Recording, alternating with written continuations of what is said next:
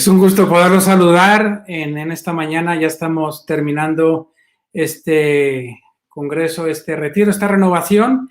Y quisiera presentarles un tema que ha sido algo controvertido, por así decirlo. Muchas personas se han sentido abandonadas por Dios, por la iglesia, por esta pandemia, sobre todo teniendo en cuenta que respetando las directrices del gobierno y de los estados, pues las iglesias han cerrado, no han podido abrir, entonces no hemos tenido acceso a los matrimonios.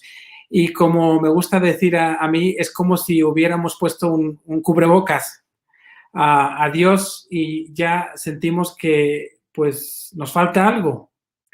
Y es precisamente lo que quisiera ver con ustedes en esta mañana. Familia 2.0, iglesia doméstica en pandemia. Por desgracia, en algunos lugares y en algunas familias hemos reducido la fe a los sacramentos. Ciertamente los sacramentos son lugares, celebraciones privilegiadas para experimentar la fe, el modo ordinario, pero la fe va más allá. Se celebran los sacramentos, pero va mucho más allá. Y esta es la dimensión que yo quisiera compartir con ustedes. Rescatar esa familia doméstica que todos formamos, y se me había ocurrido que un buen modo de hacerlo sería precisamente con esta imagen del cubrebocas. Todos hemos tenido que aprender a sonreír, pero con la mirada, dado que pues casi todo el tiempo cuando salimos estamos con cubrebocas, hemos tenido que aprender a sonreír con la mirada. Pero antes quisiera comentar con ustedes qué entendemos por iglesia doméstica. En primer lugar, la iglesia doméstica, y doméstica viene de domus, del latín que es casa, la iglesia que se vive en casa. En primer lugar, tenemos el testimonio de la Sagrada Familia. Estamos ahora celebrando el año de San José y a partir de marzo también vamos a tener un año especial para celebrar a la familia. La Sagrada Familia es el modelo terreno de esa gran familia que es la Santísima Trinidad, Padre, Hijo y Espíritu Santo. Entonces, en primer lugar, la Sagrada Familia se convierte en el modelo de toda iglesia y de toda familia, la iglesia doméstica.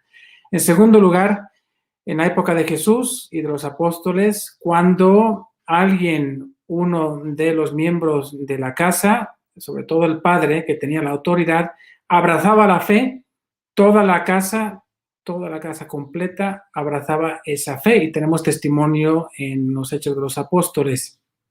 Y quiere decir que la fe se abraza en familia. En tercer lugar, las primeras celebraciones que tenemos de la Eucaristía no se celebraban en iglesias, sino que se celebraban en casas. Y después esas casas, algunas se convirtieron en iglesias o después se construyeron las iglesias. Entonces, la iglesia nace en Pentecostés con María y los discípulos, pero después se desarrolla a través de esas casas. Y después el Concilio Vaticano II, que concluyó en 1965, ya adopta este término de iglesia doméstica. Entonces, en resumen, ¿qué queremos hacer ahora? Redescubrir la fe que se transmite, que se vive y que también se puede celebrar en la propia familia. Obviamente necesitamos los sacramentos, obviamente no me puedo confesar en familia ni me puedo confesar virtualmente, sí puedo hacer un acto de contrición, pero quisiera rescatar precisamente esta definición de iglesia doméstica a través de un Jesús que también nos enseña que con la mirada se puede amar y se puede seguir construyendo una iglesia doméstica. Entonces, les invito a que podamos recorrer las 10 miradas de la familia 2.0. Son miradas que parten del Evangelio, de la experiencia de Jesús, y que quiero ahora compartir con ustedes. La primera mirada es una mirada que levanta y se levanta. El evangelista San Mateo narra su propia vocación y lo hace de un modo bastante resumido y breve. Dice que Jesús pasó delante de él, lo miró y le dijo, sígueme. Él se levantó y lo siguió. Curiosamente, el Papa mismo, que recibió el llamado, una fiesta de San Mateo el 21 de septiembre, Eligió en su escudo esas 3 palabras latinas, miserando, atque eligiendo, y es lo que quisiera comentar en esta primera mirada.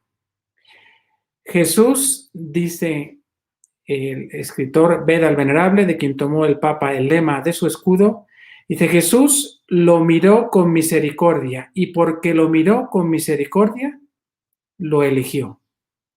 Entonces, en esta primera mirada, es una mirada que levanta y se levanta, podemos descubrir también cómo formar una iglesia doméstica a través de esta mirada.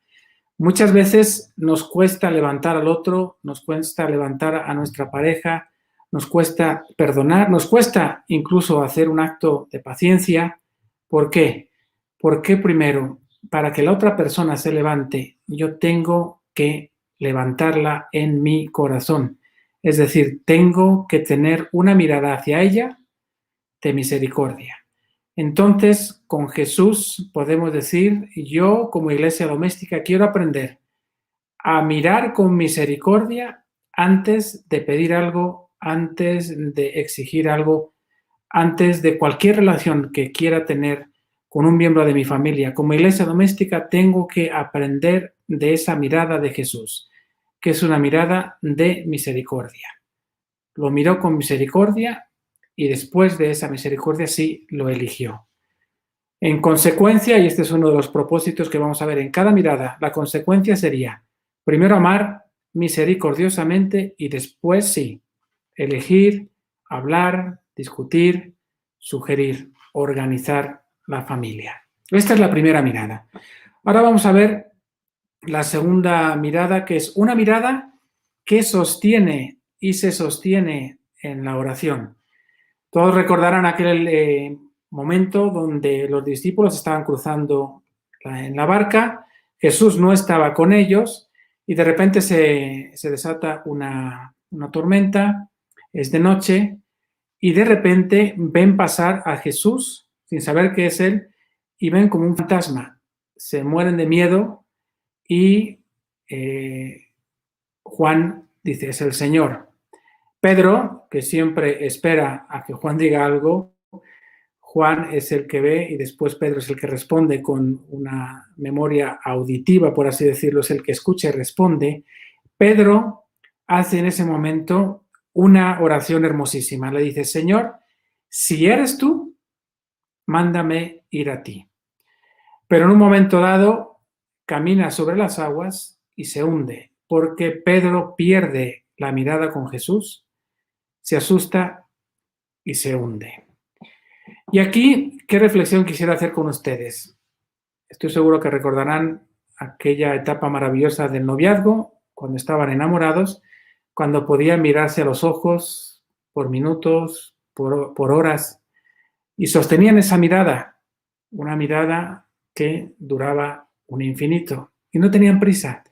Ahora bien, después, una vez que nos casamos, que llegan los hijos, las prisas dificultan muchísimo mirarse con calma. Y creo que esta pandemia también, a pesar de que nos hemos prometido, nos hemos dicho de que iba a ser un momento para hacer cosas que no habíamos hecho antes, al revés, creo que hemos estado más ocupados. Entonces, ahora, ¿cuál es el reto? Aprender a mirarse sin prisas, sin peros, sin prejuicios y sin cansancio. Porque en nuestra vida hay muchos fantasmas y no son Jesús. Hay muchos fantasmas como esos que temían los discípulos. Y solo la oración es capaz de regalarle a nuestra mirada esa capacidad de asombro, de paciencia y de sostén. Sostener la mirada siendo sostenido primero por Jesús. Creo que esa es la clave para que nos volvamos a encontrar esposo y esposa, sobre todo, con esa mirada, tener el tiempo, dedicarnos esas miradas sin prisas y sin fantasmas. Por eso les invito, como consecuencia o como propósito de esta segunda mirada de Jesús, el dejarse mirar por Jesús en la oración para después aprender, recordar a sostener miradas y hacer esta brevísima oración que nos enseñó San Pedro. Sé que eres tú el amor de mi vida, Le dices a tu esposa, a tu esposo, sé yo que tú eres el amor de mi vida. Mándame ir a ti. Mándame ir a ti y yo sostendré la mirada para poder encontrarme con la tuya. Qué bonito encuentro sería el poder no solo tener una cena romántica, sino recuperar esa tradición que vivieron de novios y quizá en los primeros meses o años del matrimonio. El sostener miradas sin necesidad de decirse nada y evitar esos fantasmas que a veces hacen que nos hundamos en nuestro matrimonio. Después, la tercera mirada es una mirada transparente. Conocemos a Jesús que una mañana, después de haber pasado por los 40 días en el desierto, en oración y siendo tentado por el demonio, una mañana caminó por la playa y se encontró precisamente allí con Pedro y Juan, estos dos hermanos, y les dijo, vengan conmigo y yo los haré pescadores de hombres. Y dice el evangelista Mateo en el capítulo 4, y al instante, no dicen, bueno, déjame ver, voy a despedirme, no, le dice, al instante lo siguieron. ¿Y qué quiere decir? Que los discípulos en Jesús, no solo en sus palabras, sino en Jesús, ellos descubrieron una mirada transparente que les llevaba a lo más profundo del corazón de Jesús. Y eso es lo que tenemos que hacer nosotros. La transparencia conlleva la inmediatez de la respuesta. Preguntémonos a veces, cuando el otro nos pide algo o queremos pedir algo, si hay un retraso en la respuesta, si nos cuesta responder o si a la otra persona les cuesta responder, preguntarnos, ¿cómo es nuestra mirada? ¿Cómo es nuestro corazón? ¿Es transparente? Porque ciertamente qué difícil es ser transparente con un corazón humano, pero mirando a Jesús puedes conseguirlo. Renueva esa transparencia de tu corazón. Y así en realidad era la mirada cuando eran novios y lo dejaron todo, como los discípulos, dejaron padre, madre, familia, una historia y desde ese momento formaron esa maravillosa iglesia doméstica que es su familia. Como consecuencia y como propósito de esta tercera mirada les sugiero seguir en la iglesia doméstica, seguir unidos significa e implica transparencia, sinceridad y prontitud. Repasen si realmente en su corazón, en su mirada hay transparencia o todavía hay habitaciones cerradas, hay secretos, hay historias no contadas. Primero platicarlo con Jesús para después descubrir cómo poderlo platicar con el esposo. La cuarta mirada es una mirada interesante, es la mirada que se hace eco de ese sí quiero que se dijeron hace ya tiempo en su matrimonio. Vamos ahora a repasar un hecho, un encuentro interesante de Jesús que es único en todo el Evangelio. Lo narra Marcos en el capítulo 1 y al narrar todo un día de Jesús de apostolado, en un momento dado, dice que se le acerca un leproso. Hay que recordar que los leprosos en aquellos momentos, en aquellos tiempos, eran abundantes, era algo bastante común y que conllevaban la expulsión de la comunidad. Tenían que vivir fuera del entorno, fuera del pueblo, fuera de la ciudad, porque ellos contagiaban. Y como recordarán los judíos, la enfermedad era también signo de impureza, signo de pecado. Entonces, los leprosos estaban abandonados a su suerte, no podían acercarse. Es más, llevaban una campanilla de tal manera que la gente supiera que había uno cerca para que no se contagiasen. Este hombre tiene la valentía de acercarse a Jesús con lo que conlleva. Podemos imaginar los que estaban alrededor de Jesús como huían todos y Jesús probablemente se haya quedado solo con él. Y dice el Evangelio que se acercó el leproso a Jesús suplicándole y puesto de rodillas le dice, si quieres, puedes curarme. Es curioso porque no duda de que Jesús pueda. Más bien le está preguntando por su voluntad. Si tú quieres, yo sé que puedes. Si tú quieres, puedes curarme. Y Jesús le responde de un modo maravilloso, le responde así: si quiero, queda limpio. Y estoy seguro que en este si quiero habrán recordado, en primer lugar, el día en que pues ustedes, los esposos, entregaron el anillo a las esposas, y también aquel día de su matrimonio donde se dijeron el sí quiero para siempre. Entonces, recordemos también que esta mirada de Jesús nos recuerda cómo todos, absolutamente todos, tenemos enfermedades, tenemos límites, tenemos incluso razones para alejarnos del otro por alguna herida, alguna discusión, alguna situación complicada. Pienso ahora en muchas esposas. A mí me toca trabajar con señoras y me dicen: padre, es que no sé qué hacer con mi esposo, está todo el día en la casa, y se crea una dinámica nueva, no están acostumbradas, o los niños que están todo el día en casa.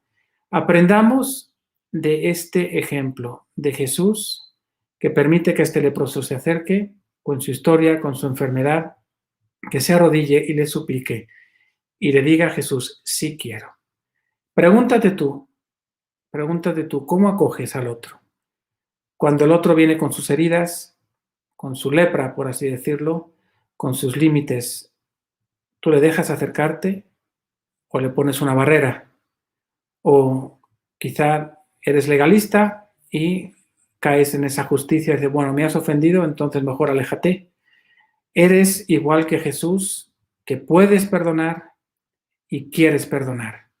Es una mirada que acepta al otro en la salud y en la enfermedad, en las alegrías y en las penas, y que nunca, nunca se aleja, porque nada teme, ni la lepra, ni la impureza que limita. Y todos tenemos un corazón de leprosos tantas veces, contaminado de egoísmo, de límites, de resentimiento. Entonces, pregúntate, tú puedes, que este es el propósito y la consecuencia, tú puedes. Ahora bien, ¿quieres perdonar? ¿Quieres acoger al otro que muchas veces se pone de rodillas y te dice: si quieres, puedes curarme? Aquí te lo dejo de tarea.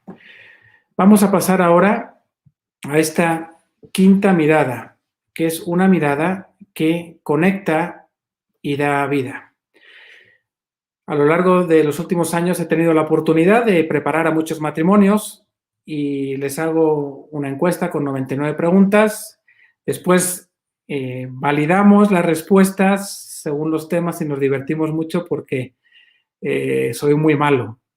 Y entonces voy apretando para asegurarme que pues, es una relación sólida. Y en una de esas preguntas que les hago en la entrevista, les digo: ¿por qué te quieres casar por la iglesia? Y recibo todo tipo de respuestas.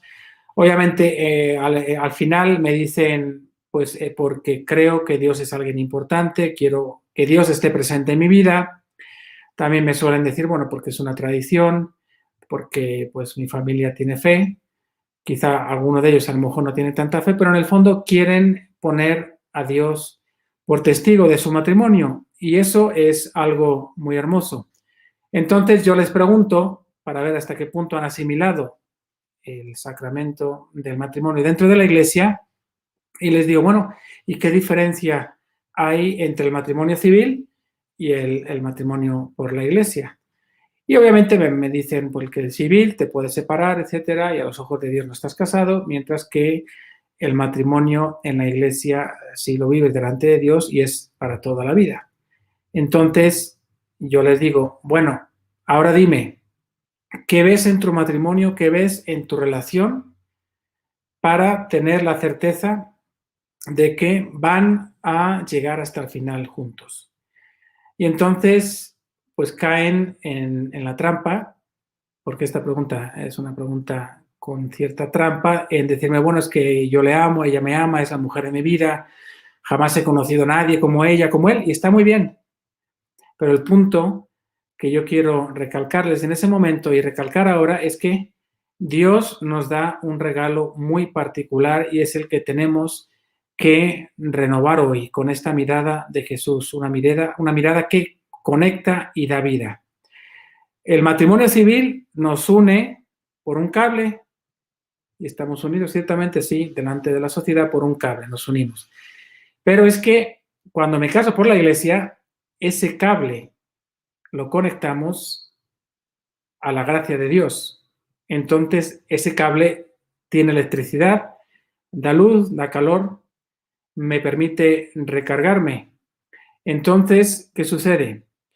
Que por eso, cuando alguien se casan ustedes, no los casa el padre. El sacerdote es siempre ministro, perdón, el sacerdote es testigo en este caso. Es el único sacramento donde no es ministro, son ustedes, el esposo y la esposa, los que son ministros del sacramento. ¿Por qué?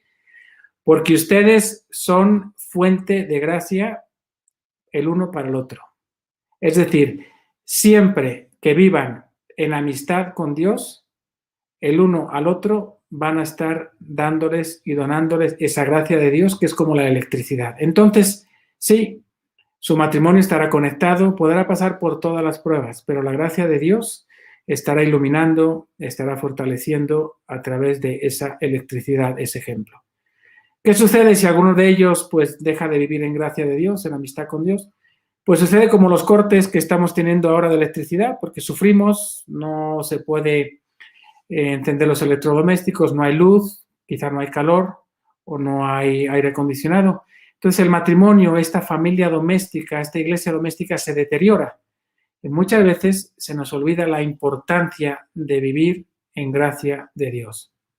Y alguno puede decir, bueno, padre, precisamente usted al inicio de la plática estaba diciendo que cómo es posible que no tengamos acceso a los sacramentos, si yo a lo mejor pierdo la amistad con Jesús, no me puedo confesar. Bueno, sabemos, y esto lo ha recalcado el Papa, que en caso de necesidad de no tener acceso a un sacerdote, yo puedo hacer un acto de contrición perfecta, donde me arrepiento por amor a Dios y tengo que hacer el propósito firme de confesarme tan pronto como pueda y entonces sí, ya vuelvo a estar en gracia de Dios. Entonces, aprovechar esta mirada de Jesús, esa misma mirada que Jesús les dio, les donó, les regaló el día de su matrimonio. Entonces, esa gracia va a lograr lo que vivió San Pablo. San Pablo en un momento dado se quejaba ante Dios porque tenía una espina clavada, una lucha interior muy fuerte, y entonces llegó a escribir San Pablo en la carta a los Corintios: para que no me engría, tengo una espina clavada en el cuerpo, un emisario de Satanás que me golpea para que no me engría. 3 veces, y aquí viene lo interesante, dice, 3 veces le he pedido al Señor que la parte de mí, y Él me ha dicho, te basta mi gracia, porque mi poder se manifiesta plenamente en la debilidad.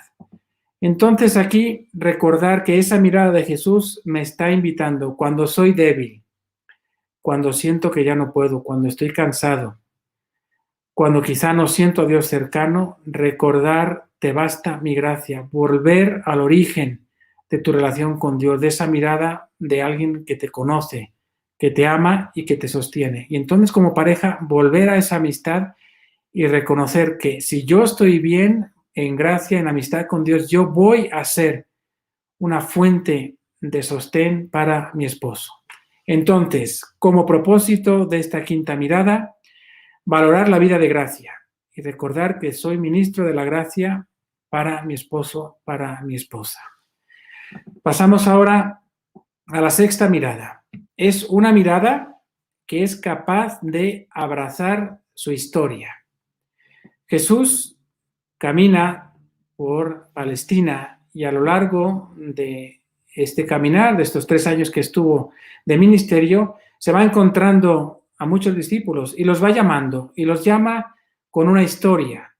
Alguna vez te preguntan, bueno, ¿Jesús eligió a Judas, un Judas que ya era traidor o Judas se hizo traidor?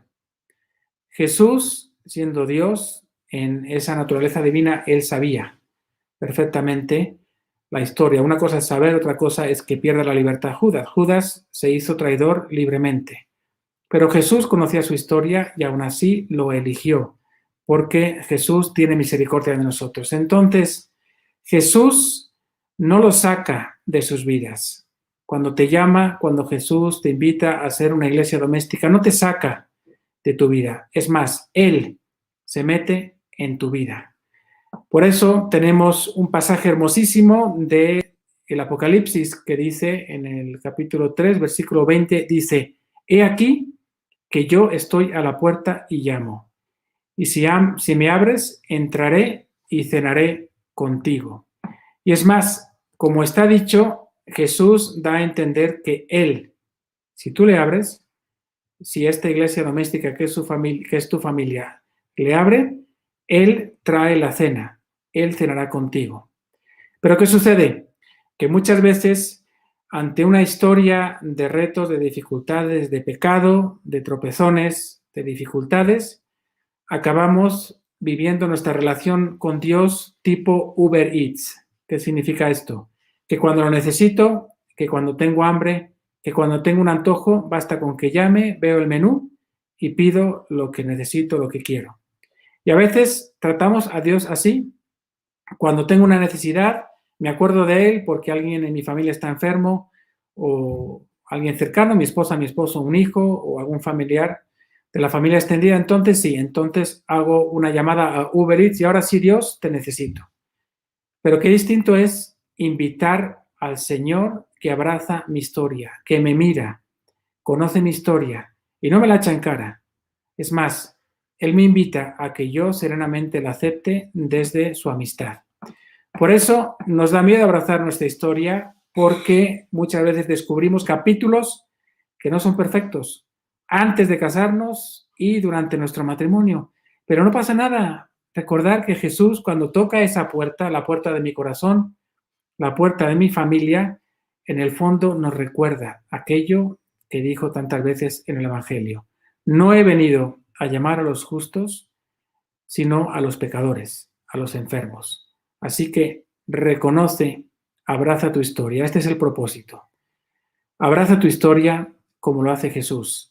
Él ha estado presente en todos los capítulos de tu historia. No le tengas miedo. Él quiere estar contigo y te quiere acompañar para ayudarte a sanar. Recuerdo una película que quizá algunos de ustedes han visto, es una película española, sobre todo la primera versión, que se llama Marcelino Pan y Vino. Es un niño que es abandonado a la puerta de un convento y los frailes lo acogen y lo llaman Marcelino, y a lo largo de la historia se ve como este niño ya pues va creciendo y un buen día, jugando y dejándose llevar por la curiosidad, llega hasta un almacén donde los frailes tienen un crucifijo guardado. Y Marcelino se le queda mirando y se pone a platicar con él, con la sencillez de un niño. Y de repente ese crucifijo le habla. Y Marcelino le pregunta, bueno, ¿tú quién eres? ¿Qué haces ahí? Y le dice, soy Jesús, estoy aquí por amor a ti.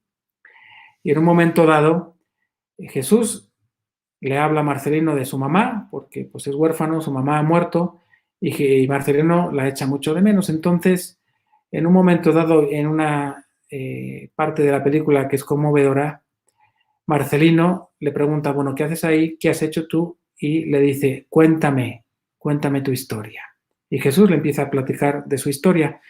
Pues yo creo que esa mirada de Jesús te puede invitar precisamente a eso. No solo a que tú le pides a Él que Él te cuente su historia de cuánto te ama, cuánto ama a tu familia, cuánto ama a esa iglesia doméstica en la que vives, sino que le dejes que Él te cuente a ti tu historia. Hay tantos episodios en nuestras vidas que a lo mejor pues no estamos muy orgullosos, quizá alguna caída, algún pecado, alguna herida, alguna situación muy complicada. Y qué importante es sanar desde la mirada de Cristo, que toca mi puerta y me quiere invitar a estar con Él. Seguimos avanzando en esta nueva mirada, que es una mirada que llora y se conmueve y pide perdón. Jesús a lo largo del Evangelio deja ver su psicología, su personalidad, pero muy pocas veces encontramos a un Jesús que llora. De hecho, en el Evangelio solo aparece dos veces que Jesús llora. La primera es ante su amigo Lázaro, cuando llega al pueblo de Marta y María, a Betania, y le dicen que Lázaro ha fallecido, que lleva ya 4 días muerto. Dice que Jesús se conmueve y se pone a llorar, y de hecho los judíos al verlo dicen cuánto lo amaba. Y alguno pues comenta, bueno, si es verdad que tanto lo amaba, ¿por qué tardó tanto en venir? Entonces, la segunda vez que Jesús llora sobre Jerusalén y dice, por cuánto tiempo he querido reunirte a ti como una gallina junto a tus polluelos, pero pues tú no me has dejado, y llora sobre Jerusalén. Podemos pensar también que Jesús deposita sobre nuestra familia una mirada que llora y se conmueve. Se conmueve por el amigo, ese amigo que es cada uno de nosotros, somos amigos de Jesús. Entonces, descubrir ese llanto de Dios que llora, y por lo mismo nosotros también tenemos que aprender a conmovernos con Jesús como iglesia doméstica. Si Dios llora, también nosotros debemos llorar, conmovernos. Debemos ser una iglesia doméstica que llora y pide perdón. Alguno puede decir, bueno, ¿cómo es posible que Jesús llorase ante su amigo Lázaro cuando pudo haber llegado antes y pudo haberlo curado? Y en segundo lugar, bueno, vamos a suponer que no quiso. Llegó, ya estaba muerto, pero él sabía, era Dios y sabía que lo iba a resucitar. Entonces, ¿por qué está llorando? ¿Por qué Jesús llora?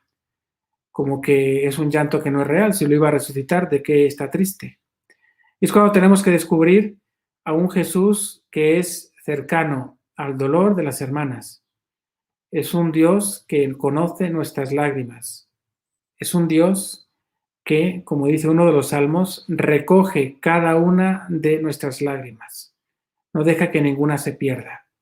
Y llora por aquel que es su amigo, su gran amigo Lázaro.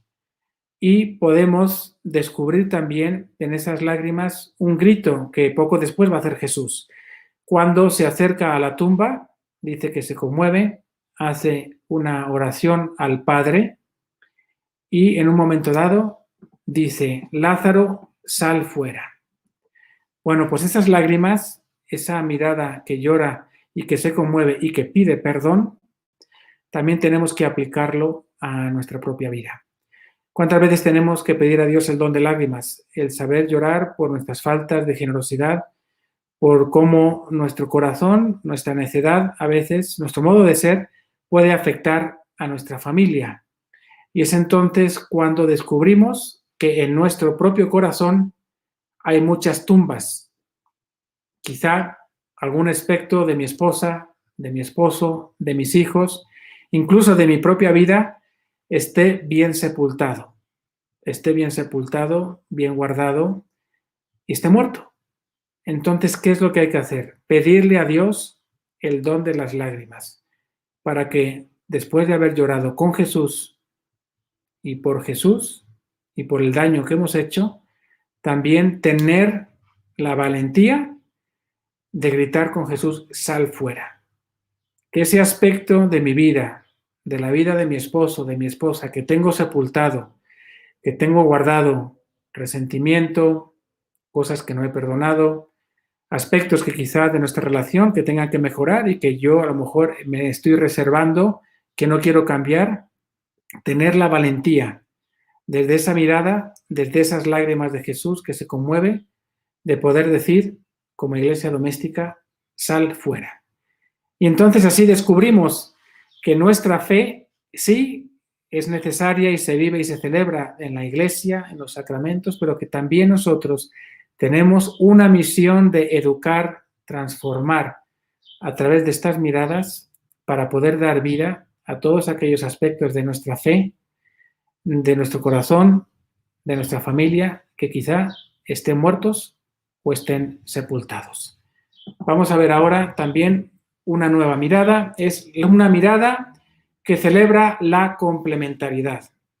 Hay un dato curioso y es la única vez que Jesús aparece como invitado de una boda. Es más, era María la que estaba invitada y dice San Juan en el capítulo 2 que también Jesús estaba invitado junto con sus discípulos y todos reconocemos Y nos acordamos de ese milagro cuando en un momento dado María le dice a Jesús, no tienen vino, y Jesús le responde de modo enigmático, bueno, ¿qué tienes que ver tú conmigo?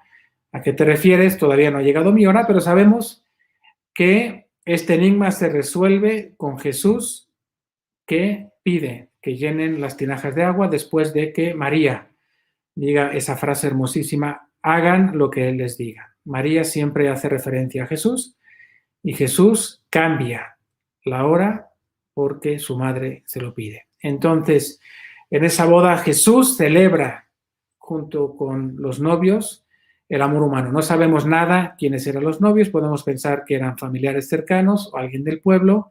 Y entonces, al participar, celebrar y acompañar la fiesta con el milagro, Jesús está celebrando la complementariedad de estos esposos.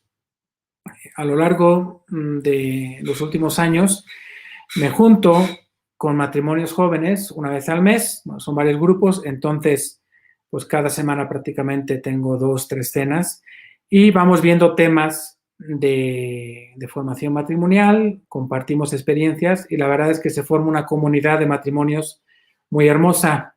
Y el otro día hablamos de las diferencias hombre y mujer.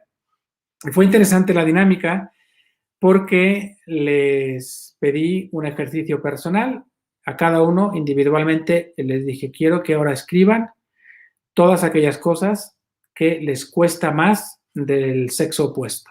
Entonces, pues ahí estuvieron durante 10 minutos escribiendo las cosas negativas y después les pedí, bueno, quiero que también después escriban las cosas que más celebran, disfrutan del sexo opuesto. Si eres esposo de tu esposa, si eres esposa de tu esposo. Entonces ya después de 10 minutos pedí a los hombres que se juntaran y luego a las mujeres y pues estuve monitoreando esta dinámica. Obviamente fue un momento de catarsis donde pues muchos se desahogaron, pero lo interesante fue cómo a medida que iban diciendo primero ellos y después ellas las cosas que les costaban, era ver la reacción de ellos y de ellas. La verdad, bastante respetuosos, se reían, etcétera, pero no hacían comentarios, bueno, algunos se sorprendía. Pero después lo hermoso era ver lo positivo, lo que más valoraban y celebraban del sexo opuesto. Y al final yo les hice la siguiente reflexión. A mí me sorprende, estando atento a las respuestas que han dado, que por un lado se quejan de algo del sexo opuesto, pero luego al final, cuando hablan de lo positivo, celebran precisamente aquello de lo que se quejaban al inicio. Entonces hice una reflexión con ellos y llegamos a la conclusión, y ese era el punto donde yo quería llegar con ellos, es que esta complementariedad es algo que se trabaja, que es duro, que puede costar, pero en el fondo también trae muchos beneficios. Entonces, esta mirada de Jesús que celebra la complementariedad es una mirada que todos ustedes como esposos, especialmente en esta pandemia, como familia doméstica, tienen que aprender a celebrar y a disfrutar. No son diferencias que acaban siendo enemigas, sino cosas que tienen que celebrar y disfrutar. Solo lo masculino y lo femenino expresan todo lo humano. Es decir, la plenitud de esta iglesia doméstica, de cada matrimonio, llega la plenitud cuando se junta lo masculino y lo femenino y entonces se logra expresar todo lo humano. Ni solo lo masculino, ni solo lo femenino, ni algunas partes de cada uno, es la totalidad.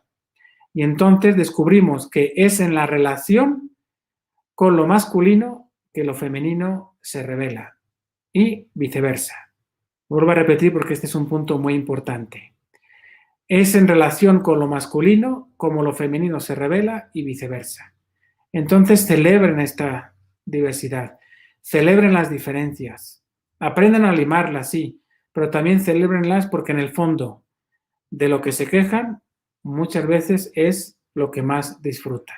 Y si no, hagan la prueba. Les invito a que hagan esta dinámica quizá como propósito de esta mirada. Que por una parte anoten lo que más les cuesta y por otro lado también sean capaces de decirse lo que más celebran y se van a dar cuenta cómo coinciden. Vamos a ver también una nueva mirada que es la novena, que es una mirada que entrega todo. Jesús, en la última cena, hace un gesto maravilloso, es el lavatorio de los pies. Podemos imaginar en esta mirada que entrega todo, cómo Jesús se arrodilla y empieza a lavar los pies a cada uno de los discípulos. Y a medida que se descalzan los discípulos, Jesús levanta la mirada y mira a cada uno de ellos. Y en ese cruzarse de miradas, Jesús transmite un amor que se hace esclavo. Solo los esclavos lavaban los pies. Entonces Jesús, con este símbolo, se hace esclavo por amor.